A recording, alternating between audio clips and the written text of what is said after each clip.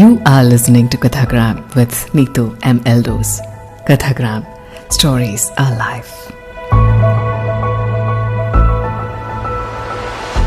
What draws us to the mountains?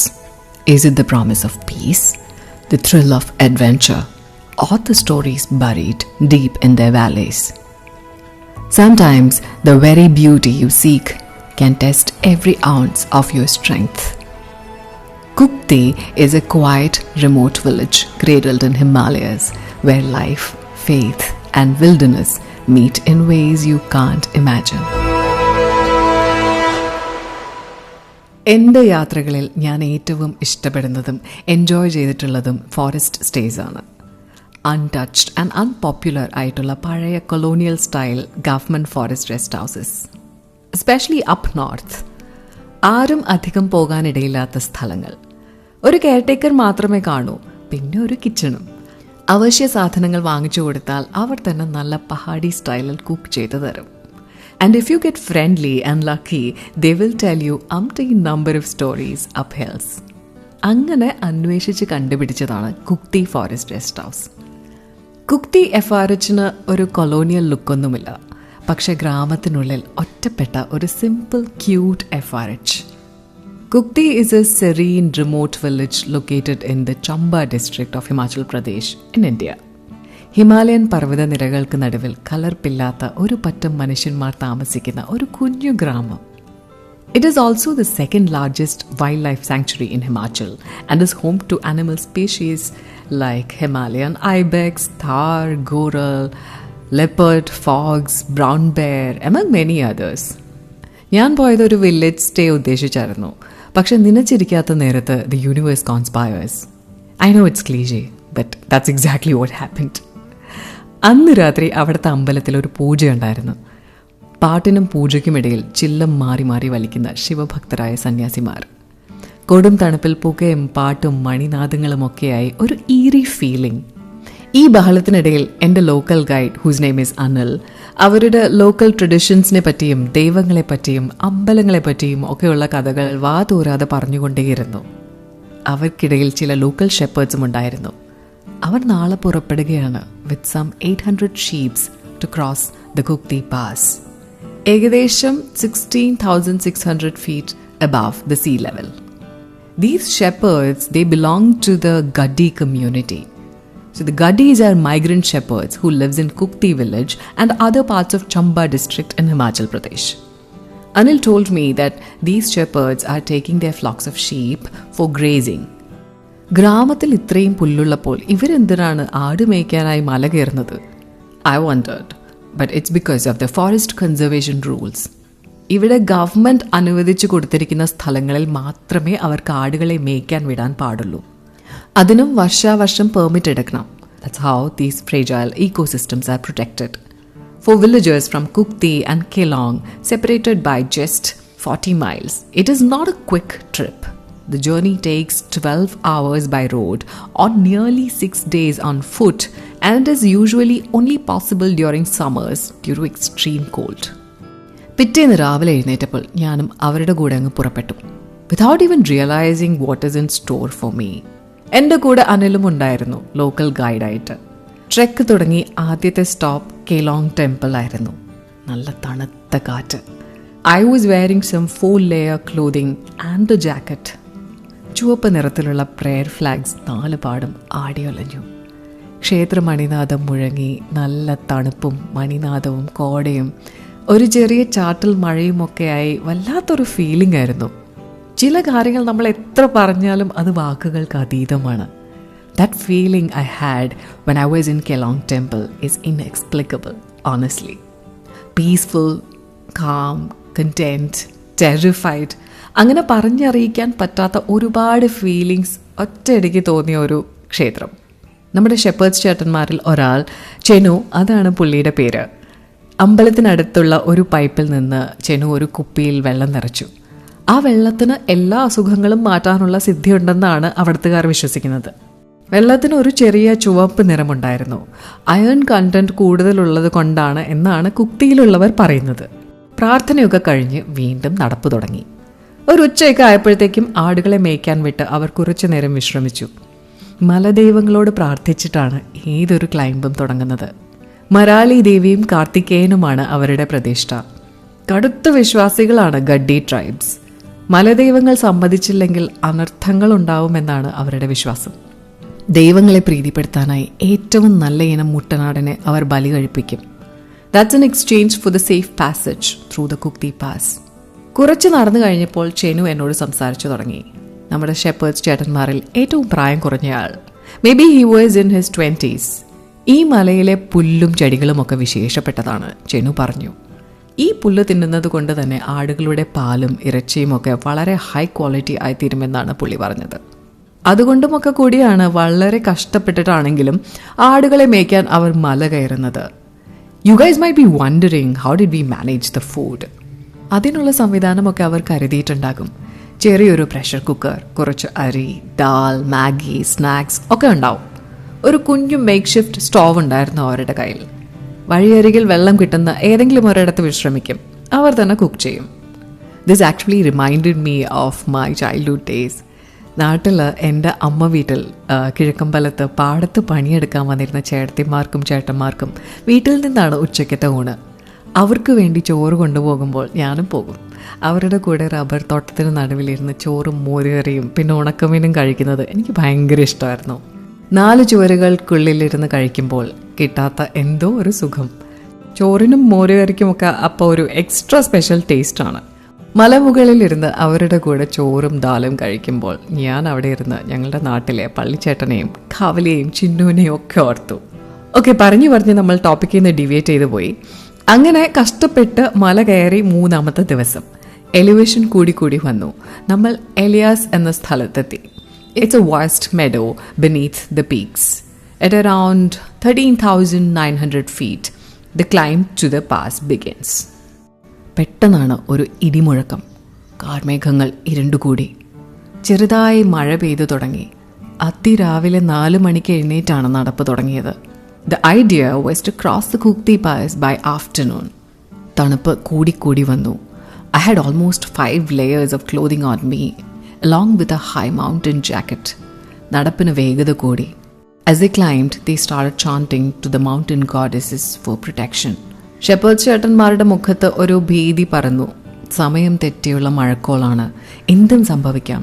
ഇനി എന്ത് സംഭവിച്ചാലും ഇന്ന് തന്നെ കുക്തി പാസ് ക്രോസ് ചെയ്യണം.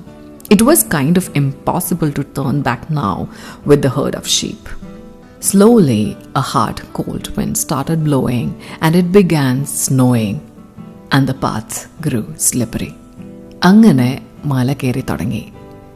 മലയടിവാരത്തിൽ മഞ്ഞ് പെയ്യുന്നുണ്ടെങ്കിൽ ഉറപ്പായിട്ടും മലമുകളിൽ കൊടും മഞ്ഞ് പെയ്യുന്നുണ്ടായിരിക്കും, അനിൽ പറഞ്ഞു. There was no turning back now. We started climbing with ropes. Anil used an ice axe to break the snow as we climbed with utmost difficulty and fear. Fresh സ്നോയിൽ climb ചെയ്യാൻ നല്ല പാടാണ്. ഉറച്ചിട്ടില്ലാത്തത് കൊണ്ട് തെന്നി പോകും. Chenu reassured me that we would be safe and goddess Marali Devi would help us. മഞ്ഞുകാറ്റ് ആഞ്ഞടിച്ചു. കൈയും കാലുമൊക്കെ വിറച്ച് വിറങ്ങലിച്ചു. അവസാനം പണിപ്പെട്ട് ഞങ്ങളും ആടുകളും അങ്ങ് മലമുകളിലെത്തി.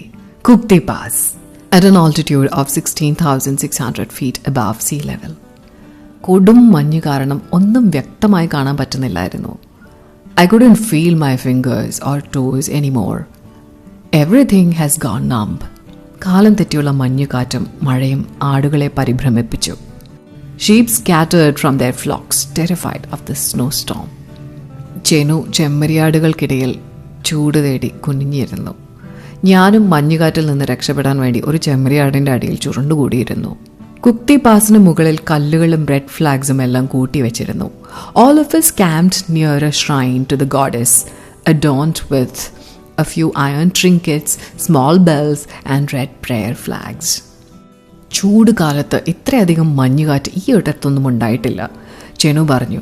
നല്ല തണുപ്പായിരിക്കും, പക്ഷെ ഏപ്രിൽ മെയ് സമയത്ത് ഇതുപോലൊരു കൊടും മഞ്ഞുകാറ്റ് അസാധാരണമാണ്. His thick woolen jacket and boots were soaked, making it difficult for him to climb. കുറച്ചു കഴിഞ്ഞപ്പോൾ one of the shepherds, whose name is Ajay, pulled out an old 500 rupees note and rolled it up to use as a cigarette paper. He started smoking, hoping to get some warmth. 2016 ഡീമോണിറ്റൈസേഷനു ശേഷം വെറും ഒരു കടലാസ് കഷ്ണമായി മാറിയ നമ്മുടെ 500 not പുകമണം പരത്തി എരിഞ്ഞടങ്ങി. സമയം പോയതറിഞ്ഞില്ല. ഇനി മലയിറങ്ങണം, അതും ഇരുട്ട് വീഴുന്നതിന് മുമ്പ്. അല്ലെങ്കിൽ പെട്ടുപോയത് തന്നെ. 800 ആടുകളും ആകെ വിറങ്ങിലിച്ച് നിൽക്കുകയാണ്. The shepherds waited for few more hours and decided to move on despite the storm. If they waited, they would have to stay all night without shelter or food in sub-freezing weather, and this would be too dangerous. The howling wind and falling snow were so strong enough that it covered up the noise from the bleating sheep. ചെമ്മരിയാടുകൾ കൂട്ടത്തിലേ നടക്കൂ. ആദ്യം മുന്നിൽ നിൽക്കുന്ന ആട് നീങ്ങാൻ മടിച്ചാൽ പിന്നെ പുറകിലുള്ളവർ ആരും അനങ്ങുകയില്ല. The shepherds nudged the first group of sheep to move. It was not easy at all. They pulled out their sticks and beat the sheep to drive them ahead. At one point, a sheep in the back row hopped with pain and the flock rippled like a wave. ഈ കൂട്ടത്തിനിടയിൽ ഒരു കുഞ്ഞാടുണ്ടായിരുന്നു. അവന് നടക്കാൻ പറ്റുന്നുണ്ടായിരുന്നില്ല. തത്രപ്പാടിൽ നടക്കാൻ ശ്രമിക്കുന്നതിനിടയിൽ he slipped in the snow and fell off the ridge. നോക്കി നിൽക്കെ അവൻ മലമുകളിൽ നിന്ന് താഴേക്ക് വീണു. ഉറപ്പായിട്ടും അവൻ കരഞ്ഞു വിളിച്ചിട്ടുണ്ടാവാം. പക്ഷെ കൊടും മഞ്ഞ് കാറ്റിൻ്റെ കാതടപ്പിക്കുന്ന ശബ്ദത്തിൽ ആ കുഞ്ഞാടിൻ്റെ കരച്ചിൽ ആരും കേട്ടില്ല. ആട്ടിടിയന്മാരുടെ കണ്ണുകളിൽ ഭീതി പടർന്നു.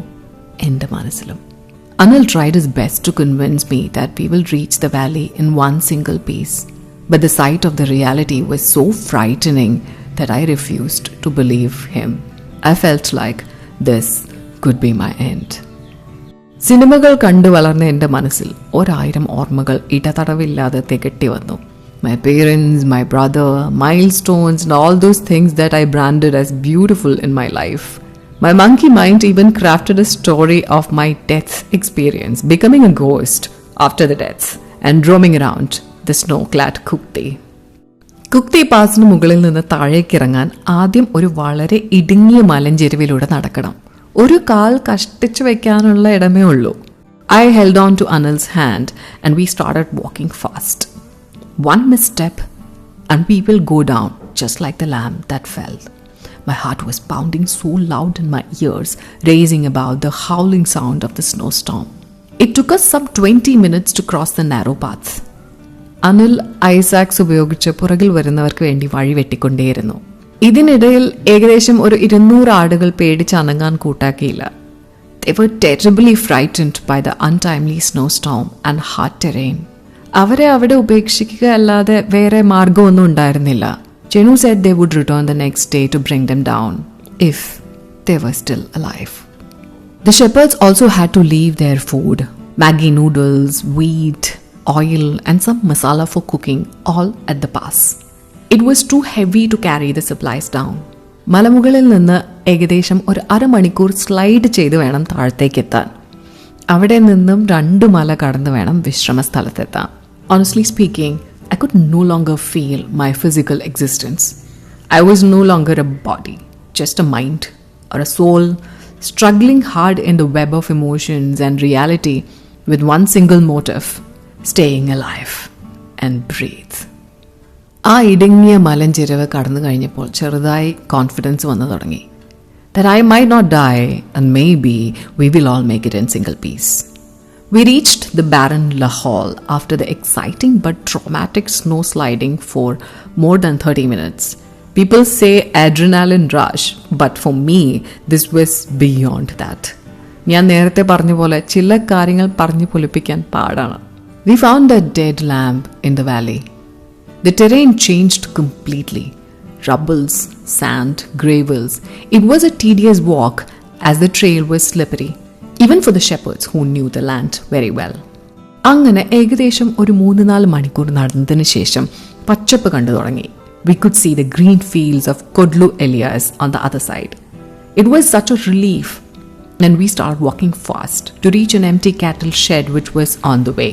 രാത്രി അവിടെ തങ്ങാനായിരുന്നു പ്ലാൻ. ഒടുവിൽ ഒരു തെളിഞ്ഞ അരുവി, നല്ല തണുത്ത വെള്ളം. We all drank from the clear stream, including the sheep, overlooking the mighty, beautiful but terrific Himalayas. The Gaddis offered prayers to Marali Devi at a shrine made from a pile of stones and prayer flags. വിശന്നു വലഞ്ഞ് ആടുകൾ മേയാൻ തുടങ്ങി. അന്ന് രാത്രി ആർക്കും ഭക്ഷണമുണ്ടായിരുന്നില്ല. We were all very tired and exhausted, but thankful to the gods for keeping us alive and safe.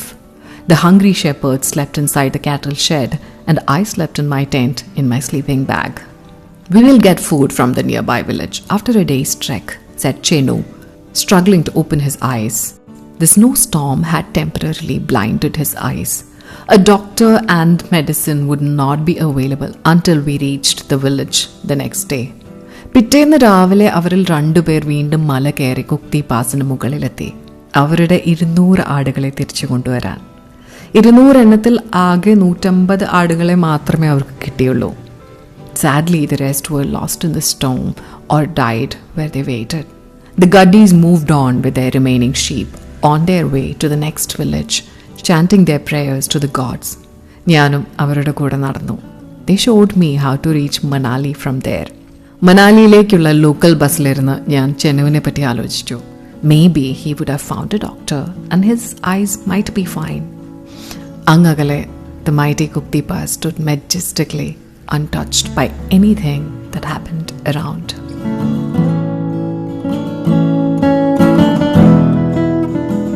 Kugti, tucked away in Chamba district of Himachal Pradesh, is no easy place to reach, but that's part of its charm. If you're coming from Delhi, it's a long journey to Chamba by bus or car, followed by a rough and winding road to Bharmor. From there, it is either a bone-rattling drive or a trek through dense forests, past cascading streams and ancient temples, until you reach this tiny, untouched village, nestled among the towering Himalayas. It's a journey that demands effort, but the reward, a world like no other. We'll be back next week with another story, another path, and perhaps another piece of the puzzle. Until then, keep dreaming, keep walking, and remember, some destinations aren't found on the maps. You are listening to Kathagram with Neethu M Eldose. Kathagram, stories alive.